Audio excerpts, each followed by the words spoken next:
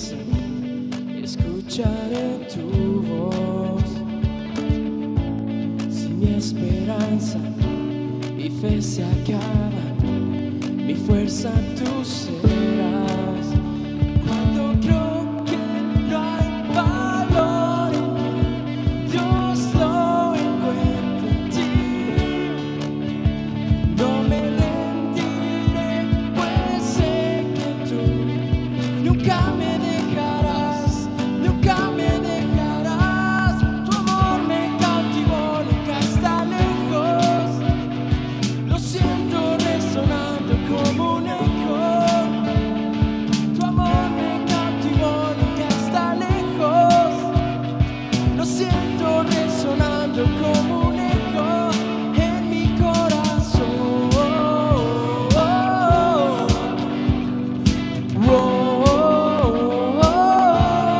En mi corazón.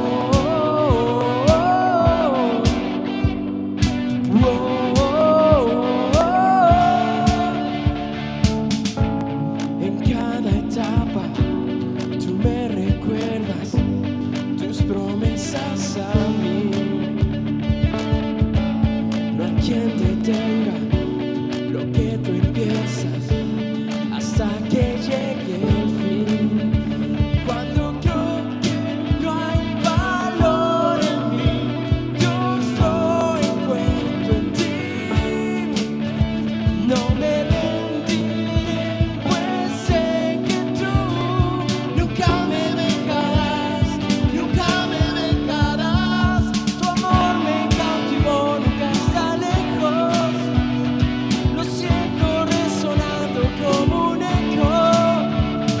Tu amor me cautivó, nunca está lejos. Tu amor resonando como un eco en mi corazón.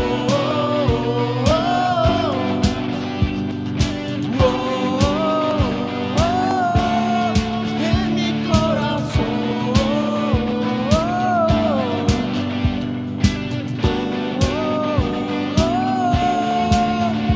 Cuando creo que no hay valor en mí, Dios lo encuentro en ti.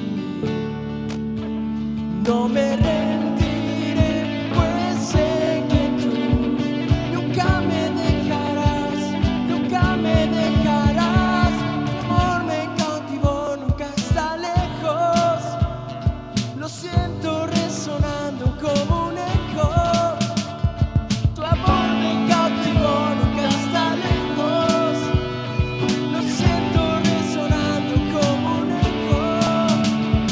Tu amor me cautivó, nunca está lejos. Lo siento resonando como un eco. Tu amor me cautivó, nunca está lejos. Lo siento resonar, resonar. Tu amor me cautivó, nunca está lejos. Lo siento resonando como un eco. Tu amor me cautivó, nunca está lejos. Lo siento resonando como un eco en mi corazón.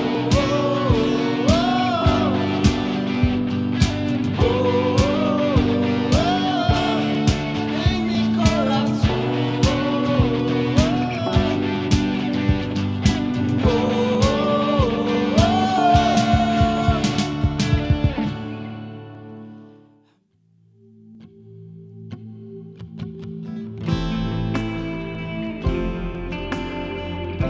Dios, confiamos en que a pesar de los tiempos difíciles, tú eres fiel, el mismo ayer, hoy y por siempre.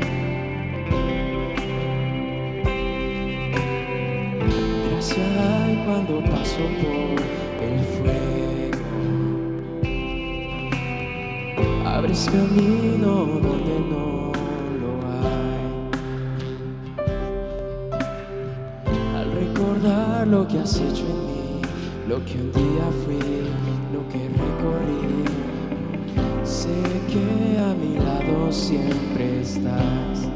Hubo uno más entre las llamas que estuvo junto a mí. Uno más sobre las aguas que puede el mar abrir, que en mi interior no queden dudas de cómo libre fui. Hay una cruz que muestra el precio que Jesús pagó por mí. Hay uno más entre las llamas.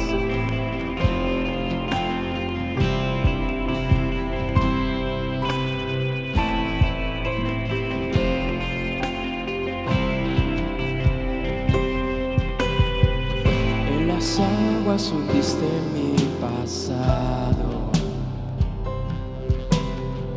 Ahora sé que un esclavo al pecado no soy. Al tropezar en un caminar me levantaré, yo persistiré.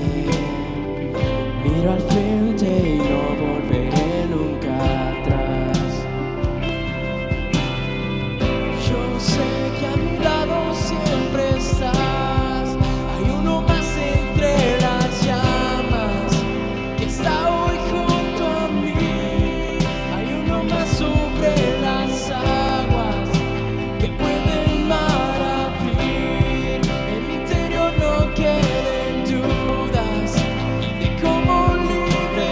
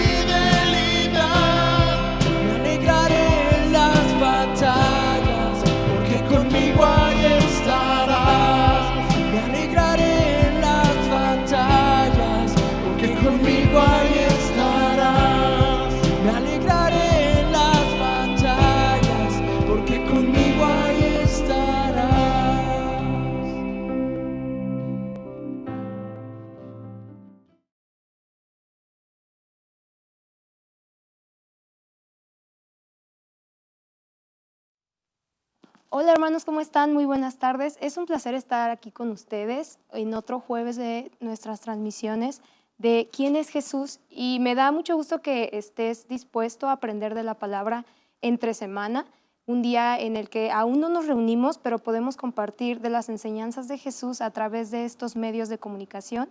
Y quiero invitarte a que prepares tu Biblia, tu cuaderno, tus notas y que puedas poner mucha atención a lo que el día de hoy Dios nos quiere hablar. Vamos a seguir estudiando y continuando con el Evangelio que hemos estado estudiando de Lucas en el capítulo 4. Hace 8 días se habló acerca de la revelación tan fuerte que Jesús mismo, al abrir el libro de Isaías, le dijo al pueblo. Y hoy vamos a continuar con lo que pasó después de eso. Hoy vamos a ver cómo es que Jesús hizo una de las más grandes hazañas, la primera de ellas, y cómo la gente se maravilló y por qué se maravilló. Así que te doy la bienvenida, te doy gracias por conectarte y bendigo tu vida en el nombre de Jesús para que esta palabra sea de bendición no solamente a tu intelecto o sea una enseñanza, una anécdota más de los evangelios, sino sea algo que te haga ruido en tu cabeza y que confronte tu corazón para llevarnos a conocer verdaderamente quién es Cristo. Y entonces quiero invitarte a que abras tu Biblia en el Evangelio de Lucas capítulo 4, en el versículo 31, y vamos a dar lectura hasta el 36. Y dice, Jesús pasó a Capernaum, un pueblo de Galilea, y el día sábado enseñaba a la gente. Estaban tan asombrados de su enseñanza porque les hablaba con autoridad. Y había en la sinagoga un hombre que estaba poseído por un espíritu maligno, quien gritó con todas sus fuerzas, ¡ay! ¿Por qué te entrometes, Jesús de Nazaret? ¿Has venido ya a destruirnos? Yo sé quién eres tú, el Santo de Dios. Cállate, lo reprendió Jesús, sal de ese hombre. Entonces el demonio derribó al hombre en medio de la gente y salió de él sin hacerle ningún daño. Todos se asustaron y se decían unos a otros, ¿qué clase de palabra es esta? Con autoridad y poder les da órdenes a los espíritus malignos y salen. Y esto se extendió, su fama, por todo aquel lugar.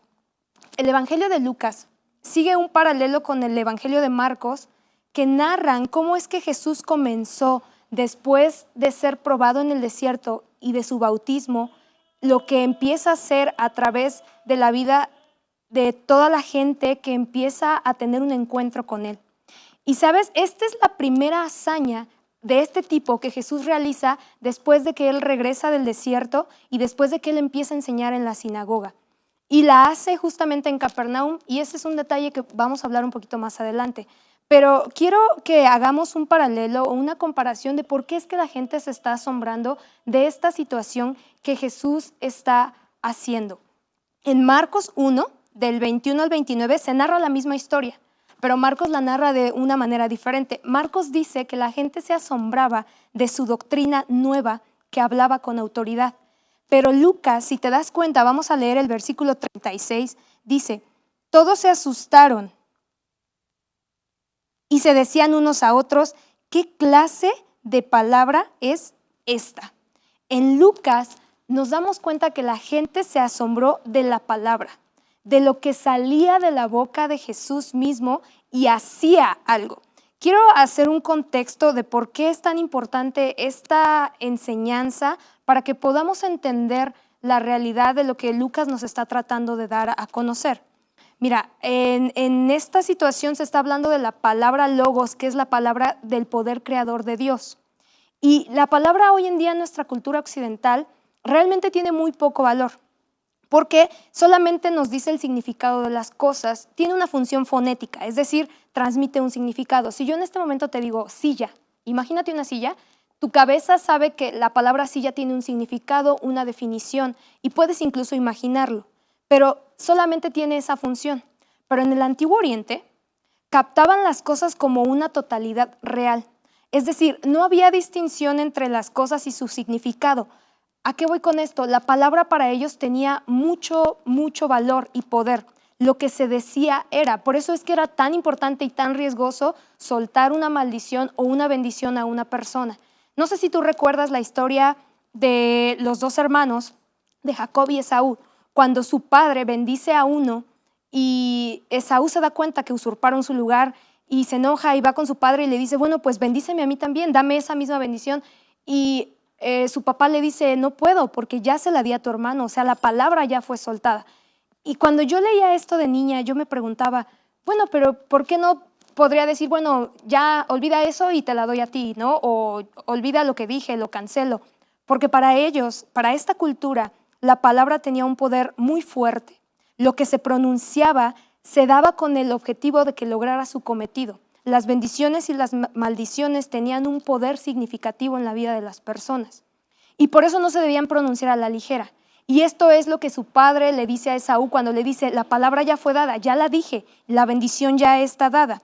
Entonces, podemos ver un ejemplo en la misma vida de Jesús en el Nuevo Testamento cuando, acompáñame a Mateo 8 para que lo chequemos. En Mateo 8 hay una historia en donde podemos ver justo lo que te estoy diciendo. Esta es la historia de la fe del centurión. La fe del centurión nos narra cómo es que este personaje llega con Jesús a pedirle que por favor sane a su criado que está muy enfermo. Y cuando le pide esto, Jesús le dice, vamos a tu casa para que lo haga. Y aquí hay una situación clave que el centurión dice, vamos al versículo 8 de Mateo 8, dice, Señor, no merezco que entres bajo mi techo, pero basta con que digas una sola palabra y mi siervo quedará sano. Y si leemos más adelante en el versículo 13, luego Jesús le dijo al centurión, ve, y todo se hará tal como creíste. Y si te das cuenta, el enfermo en este caso no estaba en escena. No necesitó escuchar a Jesús decirle, eres sano, levántate, anda, como lo hizo en otras ocasiones. La palabra solo se dijo y ni siquiera estaba en el escenario la persona en cuestión o la interesada en la sanidad, porque tanto Jesús como el centurión conocían el poder de la palabra, la autoridad que tiene la palabra. Y lo más impresionante es que el centurión conocía el poder de la autoridad de la palabra de Jesús, no solamente la palabra dicha. Y esto justamente es de lo que yo te quiero hablar. Y aquí quiero hacer un paréntesis importante que el Señor ponía en mi corazón. Yo sé que ahorita son tiempos en los que tal vez no puedas visitar a un enfermo porque no es permitido. Tal vez no puedas estar con un familiar que vive a estados de distancia de donde estás tú. No puedas ir directamente con una persona y decirle una palabra y orar por ella.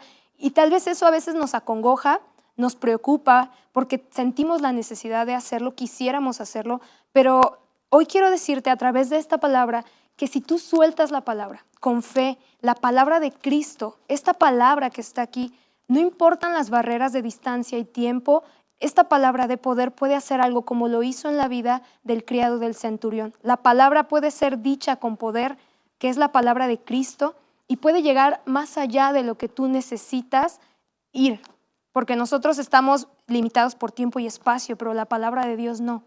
Y este mensaje justamente es este, y es el título de nuestro mensaje de hoy, Jesús es esa palabra.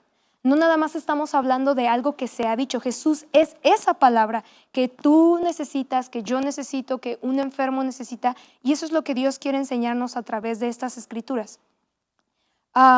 Quiero que veas esto, si así sucedía con la palabra de cualquier persona en el Medio Oriente, en esa cultura, imagina más cuánto más sucedía con la palabra de Jehová, que no era tomada en vano ni a la ligera.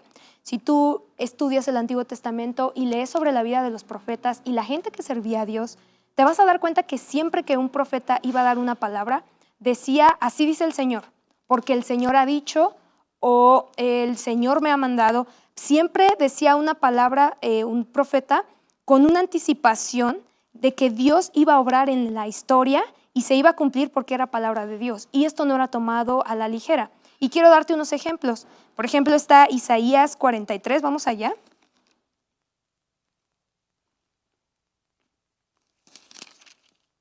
En Isaías 43, 16. Dice, así dice el Señor, el que abrió un camino en el mar, una senda a través de las aguas impetuosas, el que hizo salir carros de combate y caballos, ejército y guerrero al mismo tiempo, los cuales quedaron tendidos para nunca más levantarse. ¿Sabes? Esta es una palabra que está dando Isaías a través de Dios a través de Isaías, a través de los labios de Isaías, pero Isaías cuando iba a dar una palabra de Dios siempre decía, así dice el Señor. Y te voy a explicar por qué te estoy diciendo todo esto. Acompáñame a Segunda de Reyes 21.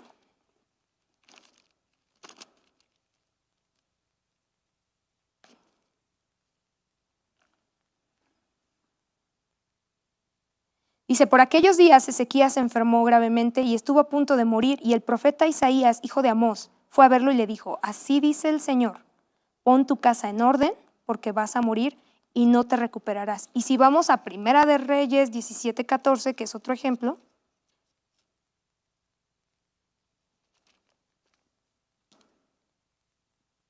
vamos a leer un versículo antes. Dice, no temas, le dijo Elías, vuelve a tu casa y haz lo que pensabas hacer, pero antes prepárame un panecillo con lo que tienes y tráemelo, y luego haz para ti y para tu hijo. Porque así dice el Señor, Dios de Israel, no se agotará la harina de la tinaja, ni se acabará el aceite del jarro, hasta el día en que el Señor haga llover sobre la tierra. Cada que Dios hablaba a la gente, a su gente, por medio de los profetas se aseguraban de que las personas supieran que era Dios mismo hablando. Y regresando a nuestro contexto de Lucas, todo esto es con el fin de que nosotros entendamos que la maravilla que provocaba en la gente ver esta escena, escuchar esta escena, era porque cuando Jesús hablaba, no había una palabra que anteponía a sus palabras. Es decir, él nunca decía lo que los profetas hacían.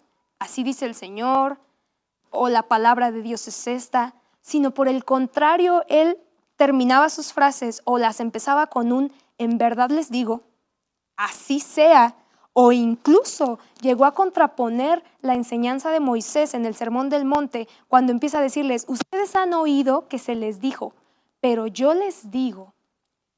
¿Sabes? Esto es tan fuerte y tan profundo porque Jesús estaba llegando al pueblo judío a hacer algo que nadie jamás en la tierra había hecho, a decir palabra con poder que no era reclamándose por autoridad divina, es decir, no decía así dijo el Señor, él decía yo les estoy diciendo, así les digo, en verdad les digo. Al decir esto, Jesús lo hacía con el propósito de que se dieran cuenta que era su misma palabra, que Jesús era el que tenía la autoridad y el poder para hacer estas cosas. Por eso es que mucha gente se escandalizaba, otros se enojaban y otros se confundían porque lo que hacía no nada más tenía autoridad, como decía Marcos en el Evangelio, que era una doctrina con autoridad, sino que el poder de su palabra hacía lo que decía. Y entonces la gente se preguntaba, ¿de dónde viene esta autoridad? ¿Por qué es que Jesús está haciendo esto? Por eso sus testigos se asombraban. No porque era una enseñanza nueva, sino porque su palabra tenía poder propio, que no reclamaba autoridad divina, sino que lo hacía por sí mismo. Y si tú lees el Salmo 33:6 y el Salmo 107:20, habla acerca de Dios mismo a través de su palabra creando océanos, creando estrellas. En el Salmo 107:20 habla acerca de que por su palabra envió sanidad y libertad. Y entonces estas escenas tan maravillosas que la gente en ese entonces conocía se están haciendo realidad por medio de una palabra viva en medio de ellos. Y ese es el asombro que nosotros hoy en día también deberíamos de tener, ¿sabes? Este es el asombro que nosotros deberíamos de comprender al saber que Jesús es esa palabra que nosotros necesitamos para transformar nuestras vidas. No solamente es un mensaje, Jesús es el mensaje, Jesús es la palabra de Dios y lo hemos leído, tal vez lo hemos sabido, pero tal vez no hemos comprendido que la realidad es que Cristo es la palabra misma de Dios que obra en nuestros corazones y en nuestras vidas, el poder que transforma a nosotros. Y ahora quiero regresar a la historia de Lucas 4 y quiero que pienses un momento en el endemoniado, en la persona que estaba ahí, y que te imagines cómo era su vida de esta persona. No se sabe su nombre, no se hace referencia a una familia o un lugar de procedencia, pero lo que sí dice la Biblia es que Jesús entra a una sinagoga y el endemoniado estaba ahí. Y sabes, esto realmente me hace pensar cómo era la vida de esta persona, porque probablemente él tenía ataques de momentos repentinos en donde él manifestaba lo que tenía dentro.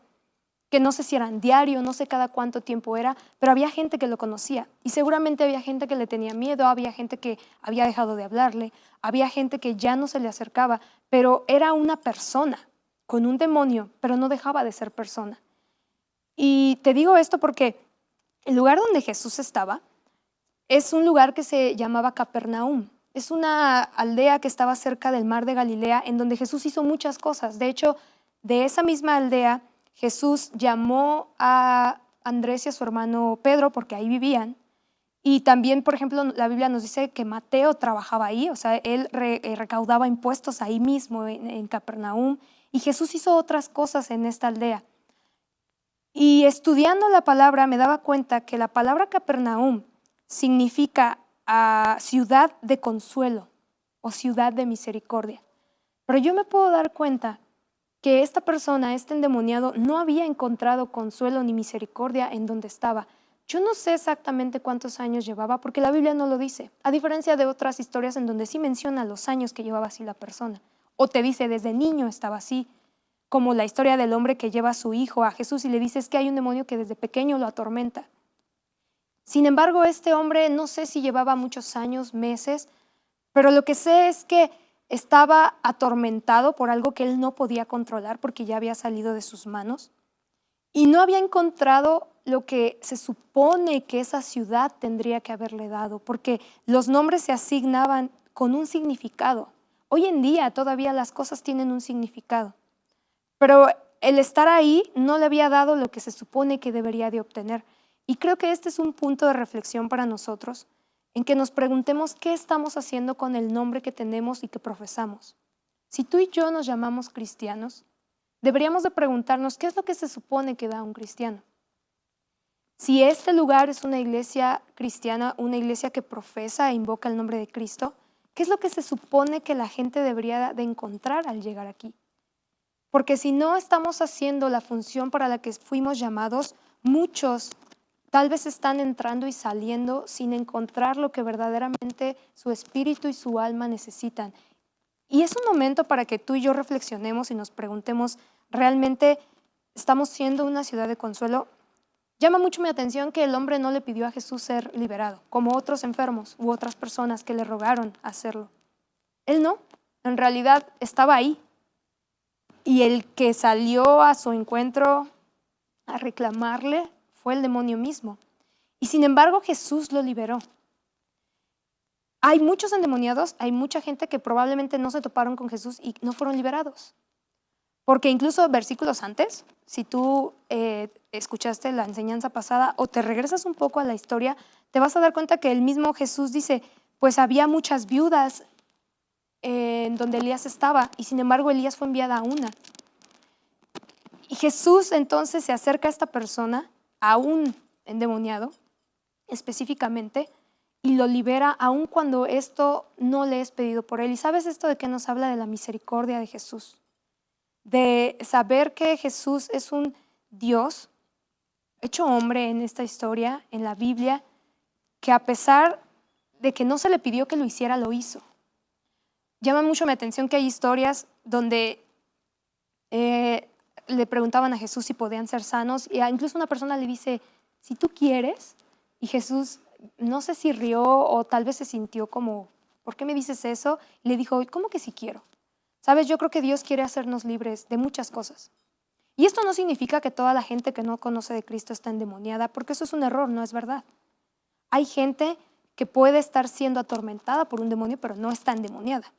Y, por ejemplo, ese era el caso del que mandó a traer a Eliseo para decirle, pues, oye, necesito a alguien que esté tocando porque estoy atormentado. No significaba que vivía dentro de él, pero sin embargo era atormentado. Y hay personas que sí tal vez están endemoniadas, o hay personas que están siendo atormentadas por otras cosas. Y creo que la enseñanza de esto es que Jesús quiere liberarte, Jesús quiere sanarte, Jesús quiere hacer algo en tu vida. Pero, ¿por qué a veces no ha pasado? Y creo que eso es con lo que vamos a ir llegando al final de este mensaje. Tiene que ver mucho con el conocimiento y lo que nosotros hemos permitido saber de Cristo. Es muy interesante darnos cuenta de los siguientes versículos. Mira, En el versículo 33, vamos a leer otra vez ahí, dice, había en la sinagoga, el hombre estaba dentro de la iglesia, un hombre que estaba poseído por un demonio maligno, un espíritu maligno, quien gritó con todas sus fuerzas. Y en el versículo 34 le dijo, ¿por qué te entrometes, Jesús de Nazaret? ¿Has venido ya a destruirnos? Yo sé quién eres tú. Esto es muy interesante y muy importante de rescatar, porque nos deja ver que el demonio sabía quién era Jesús. Y la Biblia lo dice, que los demonios saben quién es Dios. Y la palabra que el demonio utiliza aquí, cuando dice yo sé quién eres, en otras versiones dice yo conozco quién eres, es la palabra conocer, pero es muy diferente a otras palabras que se utilizan igual en el Nuevo Testamento, la mayoría por Pablo, cuando él ora para que conozcamos a Dios. Y quiero hacer una comparación y una disyuntiva entre estas dos palabras para que tú te des cuenta cuál es la diferencia entre el conocer del que habla el espíritu inmundo al conocer del que habla Pablo. Cuando el espíritu grita, yo sé quién eres tú, e incluso le dice, has venido ya a destruirnos, esto nos habla de dos verdades muy fuertes y muy profundas. La primera es que los demonios, la maldad, la oscuridad, sabe que tiene un final y sabe quién es Cristo. Y incluso él se sorprende porque sabiendo su final, no le pregunta si podría destruirlo, si lo quiere destruir, le dice, has venido ya a destruirnos. Es decir, le está diciendo, este es el momento, que no falta más tiempo. Quiere decir que ellos saben su final. Para ellos no hay redención, la redención es para nosotros. Y ellos saben a dónde van a terminar y que van a ser destruidos. Y esa es una realidad que nosotros debemos de conocer también. Y la otra realidad es que él sabía que tenía el poder para hacerlo. Reconocía la autoridad y la verdad. Acompáñame a Santiago 2:19, por favor.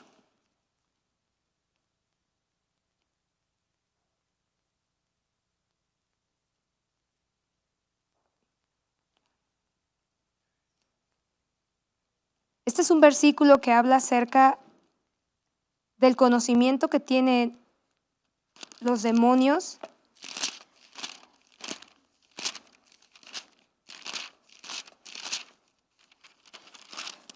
de quién es Jesús. Dice, ¿tú crees que hay un solo Dios? Es una pregunta. Magnífico. También los demonios lo creen y tiemblan.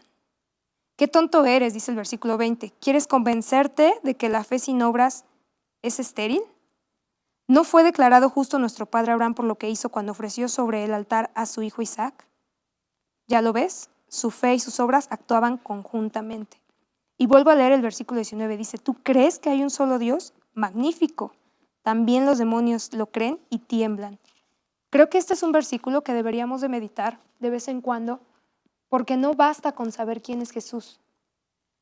Y hoy en día, más actualmente, yo escucho y platico con gente de todos lados, con muchas profesiones, de muchas edades, que realmente reconocen que Jesús es real y que Jesús es el Hijo de Dios y que Dios existe. Y te lo dicen abiertamente, sí, yo creo que sí, Dios existe.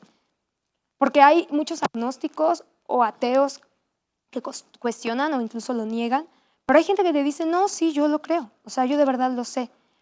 Y pensamos que a veces por creer o aceptar que Dios es real, esto nos da una ventaja o nos acerca a Él, cuando la Biblia me está enseñando que no es así.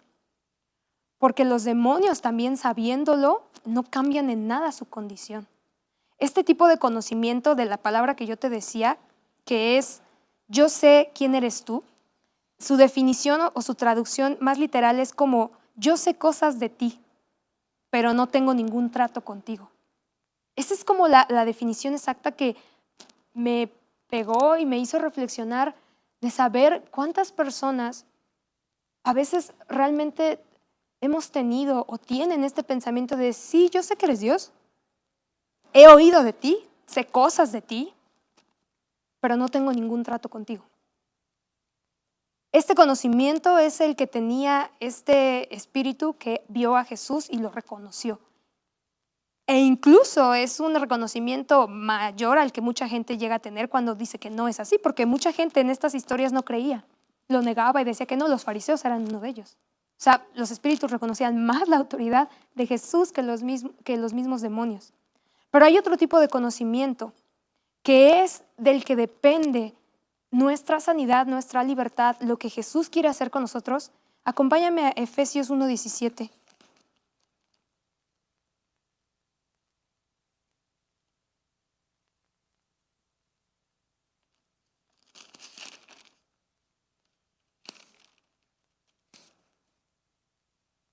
Hoy me traje mi Biblia así a la antigüita para buscar contigo las escrituras y darte tiempo a que las encuentres.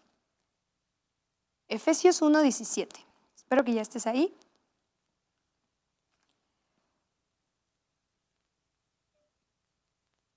Dice, pido que el Dios de nuestro Señor Jesucristo, el Padre glorioso, les dé el espíritu de sabiduría y de revelación.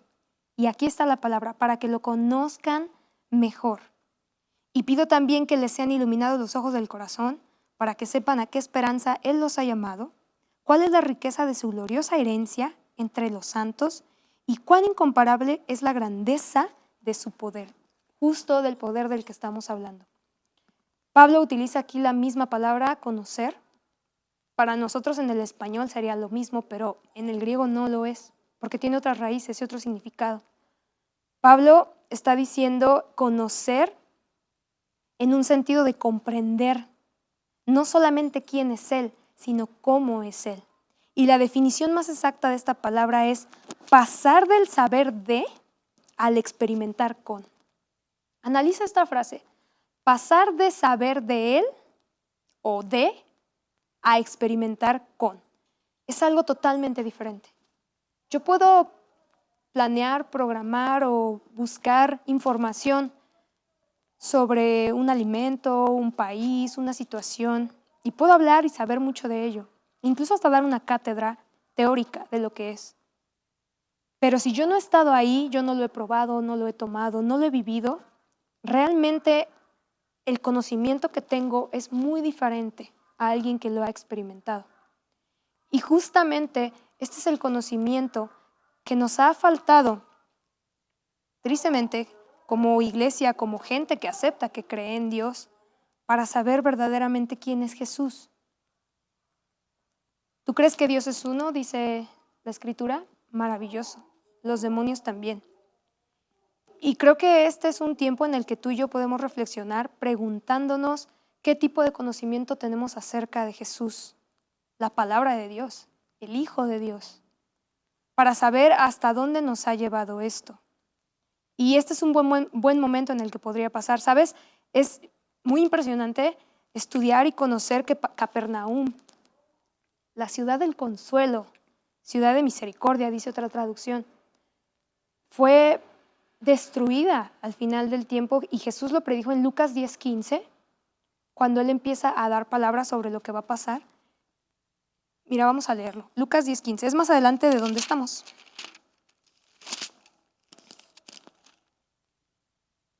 Mira, empieza a decir de varios lugares, vamos a leer desde el 13. Dice, ay de ti, Corazín, ay de ti, Betsaida. Si hubieran hecho en Tiro y en Sidón los milagros que se hicieron en medio de ustedes, ya hace tiempo se habrían arrepentido, con grandes lamentos. Pero en el juicio será más tolerable el castigo para Tiro y Sidón que para ustedes. Y tú, Capernaum, ¿acaso serás levantada hasta el cielo? No, sino descenderás hasta el abismo. Qué fuertes palabras. ¿Sabes por qué dijo esto Jesús? Porque en Capernaum fue una de las ciudades donde Jesús hizo más llamados. Fue el lugar en donde Jesús hizo muchos milagros, hizo varias enseñanzas, donde anunció que lo que estaba escrito en las Escrituras, cuando se sentó en la sinagoga y abrió el rollo y empezó a leer lo que el profeta decía y dijo, hoy se está cumpliendo esto, fue en Capernaum. Y aún así la gente no quiso escuchar, no quiso arrepentirse. Y entonces Jesús dice, si otras ciudades y en otros lugares hubieran escuchado, se habrán arrepentido, pero ustedes son tan necios, son tan duros, y qué fuerte y qué feo, hermano. Y a veces lo pregunto y me analizo yo, porque este es el fin de las Escrituras, ¿sabes? Que cuando las leas, no siempre sientas bonito y digas, ay, qué padre.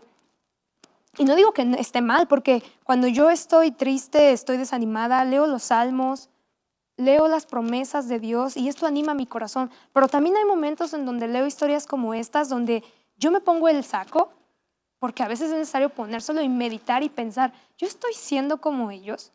¿Yo estoy siendo igual de necio, igual de duro, que pasan cosas, Dios está diciendo, Dios está llamando y sigo en la misma situación? La situación global es un ejemplo muy grande de lo que estamos diciendo. Con tantas cosas que hemos vivido, con tantas pérdidas, con tantas situaciones, y aún seguimos con el corazón duro, alejado de lo que Dios nos quiere enseñar, de lo que Jesús nos está diciendo.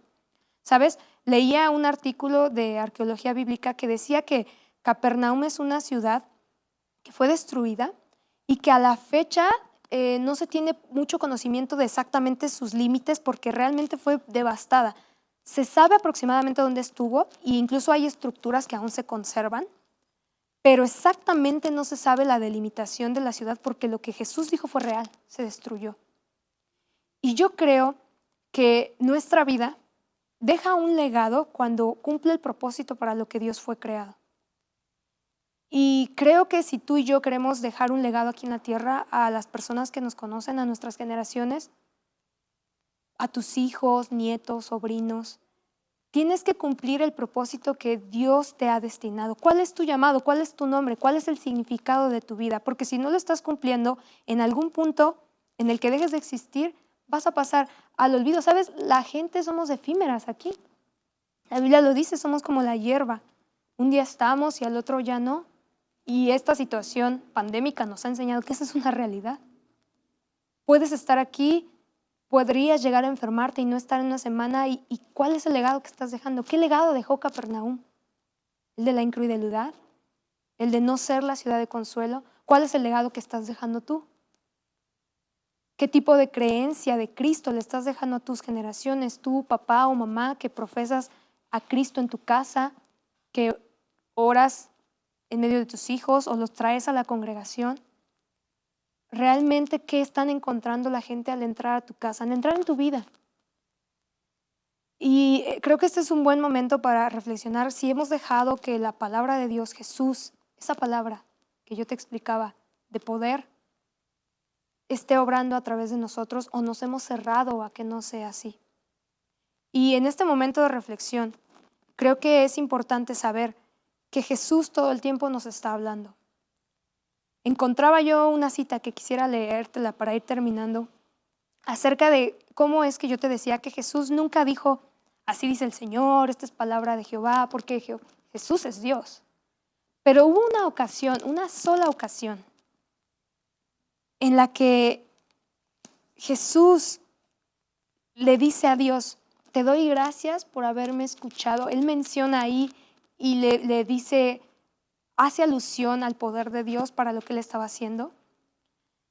Pero a mí me conmueve el corazón que las palabras que dijo después de esto. Mira, vamos a Juan 11, versículo 41. En la parte B del versículo la voy a leer y ahorita me regreso para que entiendas el contexto. Dice, Padre, te doy gracias porque me has escuchado. Y el versículo 42 dice las palabras que deberían de conmover nuestro corazón. Dice, ya sabía yo que siempre me escuchas, pero lo dije por la gente que está aquí presente, para que crea que tú me enviaste. Y versículos anteriores, desde el 38 dice, conmovido una vez más Jesús se acercó al sepulcro. Y era una cueva cuya entrada ya estaba tapada con una piedra. Quiten la piedra, ordenó Jesús. Y Marta, la hermana del difunto, objetó, Señor, ya debe oler mal, pues ya tiene 4 días ahí. Jesús le contestó, ¿no te dije que si crees verás la gloria de Dios? Entonces quitaron la piedra, Jesús alzó la vista y dijo, Padre, te doy gracias porque me has escuchado. Ya sabía yo que siempre me escuchas, pero lo dije por la gente que está aquí presente, para que crean que tú me enviaste. Jesús ya había demostrado que era el Hijo de Dios. Jesús ya había hecho lo que el Hijo de Dios tenía que hacer.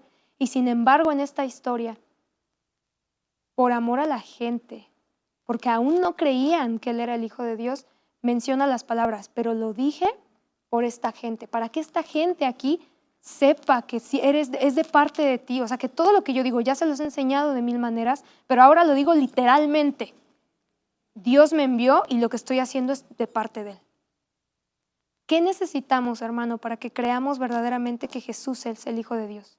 ¿Qué necesitas tú hoy para conocer que Jesús es real? Conocer del verbo experimentar con, y no conocer del verbo yo sé cosas de ti, como el demonio del Lucas 4. ¿Qué necesitamos tú y yo para entender que esto es real y saber que Dios está enseñando, que Dios está haciendo, que Dios está orando, pero tal vez somos nosotros los que nos hemos conformado con un conocimiento básico, con un nivel en el que nos conformamos diciendo, sí, Dios es real, Dios existe y lo respeto, tal vez tengo temor, conozco escrituras. Y qué fuerte la escritura de Santiago 2, de maravilloso, los demonios también. Yo quisiera que tu vida y mi vida no fueran como Capernaum, que no cumplía lo que tenía que hacer, porque al conocer a Cristo tenemos un llamado, primeramente de estar con Él, pero después de, como dice Pablo en Efesios, conocerlo y transformar y saber quién es y experimentar su poder. Pero creo que todo eso que Pablo empieza a mencionar a veces no es una realidad en los cristianos y siempre me pregunto por qué y hasta cuándo, pero creo que la respuesta está en esto. Nos hemos conformado en el conocimiento de los demonios. Y qué feo, y suena feo, y perdóname, pero eso hemos hecho. Y hoy es un buen día para que empecemos a buscar a Jesús y experimentar a Jesús. Y quiero invitarte a que en esta reflexión, en esta palabra, es una historia corta, muy cortita, son poquitos versículos. Y la siguiente semana vamos a seguir con lo que pasó después de eso. Jesús igual otra vez en Capernaum con otra historia. Vamos a hilar lo que pasó después de esto. Pero el día de hoy me voy a quedar hasta aquí con estos versículos, sabiendo que lo que tú hagas o no con esta palabra va a ser el parteaguas o la consecuencia de cómo conozcas a Jesús. En el versículo 37 dice, y se extendió su fama por todo aquel lugar. Esta palabra fama es como un sinónimo de eco, de cuando se va hablando y se va hablando y se va hablando y se va hablando. Y creo que eso es lo que provoca una vida transformada. Y es algo que yo oro y pido a Dios que nos ayude a experimentarlo de esa manera. Y quiero invitarte a que cierres tus ojos ahí donde estás, en tu casa, en tu sala, en un cuarto, no sé dónde estés, pero date la oportunidad de tomarte un segundo y reflexionar en esto. Y déjame orar por ti, déjame orar por la iglesia, por lo que Dios nos está enseñando de Jesús, el Hijo del Hombre, de Jesús, esa palabra que necesitamos. Padre, yo te doy gracias porque sé que sigues hablando a nosotros en toda tu palabra de muchas maneras. Y que si la palabra no nos confronta, hemos dejado de buscar el verdadero significado de lo que son tus escrituras, que es parecernos más a Cristo. Nuestra humanidad nos pesa, Señor. Nuestra humanidad nos agobia, a veces nos gana, porque alimentamos más nuestros deseos de este mundo que la propia espiritualidad que decimos profesar. Pero el día de hoy, con este mensaje, reflexionando en lo que nos hablas, te pedimos que nos ayudes a encontrar lo que Pablo oró, la revelación del conocimiento de quién eres tú, experimentando tus enseñanzas, tu palabra, tu poder, tus vivencias, todo lo que eres tú, esa palabra de poder dicha con fuerza, con autoridad, que no necesitó ser gritada. El demonio, la Biblia dice que gritó, ¿quién eres tú? Y sin embargo fue un grito sin autoridad, fue un grito hueco. Pero Jesús solamente con autoridad, con el poder de Dios mismo, que es Él, dijo, sal. No tuvo que gritar, no tuvo que hacer una escena, porque Jesús es el poder transformador que nosotros necesitamos. Señor, hoy actúa en nuestras vidas. Te doy gracias por esta palabra, por esta historia que tiene muchos puntos en el que nosotros podemos reflexionar. Y si uno de ellos, tan solo uno, pega en nuestros corazones, es un buen comienzo, Señor, para poder ser alguien que dé consuelo a los que están vagando, a los que están siendo oprimidos, a los que han sido incluso poseídos, que podamos ser ese conocimiento real de Jesús aquí en la tierra, que podamos entender que tu palabra tiene poder porque Dios es el Hijo de Dios, la palabra que obra desde el Génesis hasta el Apocalipsis. Y te damos gracias por este tiempo, por tu enseñanza, por tu misericordia, porque has sido bueno con nosotros. Amén y amén. Quiero darte las gracias por tu tiempo e invitarte que te conectes el próximo jueves para que sigamos con este estudio de Lucas 4. Vamos a seguir avanzando. Si te das cuenta, tu Biblia tiene un título. Lo siguiente que dice de lo que acabamos de leer, dice Jesús sana a muchos enfermos. Empieza a hacer su obra de lo que vino a hacer aquí en la tierra, ahí mismo en Capernaum, y creo que Dios también nos va a hablar y nos va a enseñar muchas cosas. Que Dios te bendiga. Te abrazo a la distancia, bendecimos tu vida y no olvides llevar esto a tu corazón, meditarlo, masticarlo, como dice la Escritura, medítalo de día y de noche para que sea un rema, un cambio, una estructura que se modifique en tu corazón. Muchas gracias, Dios te bendiga y buenas noches.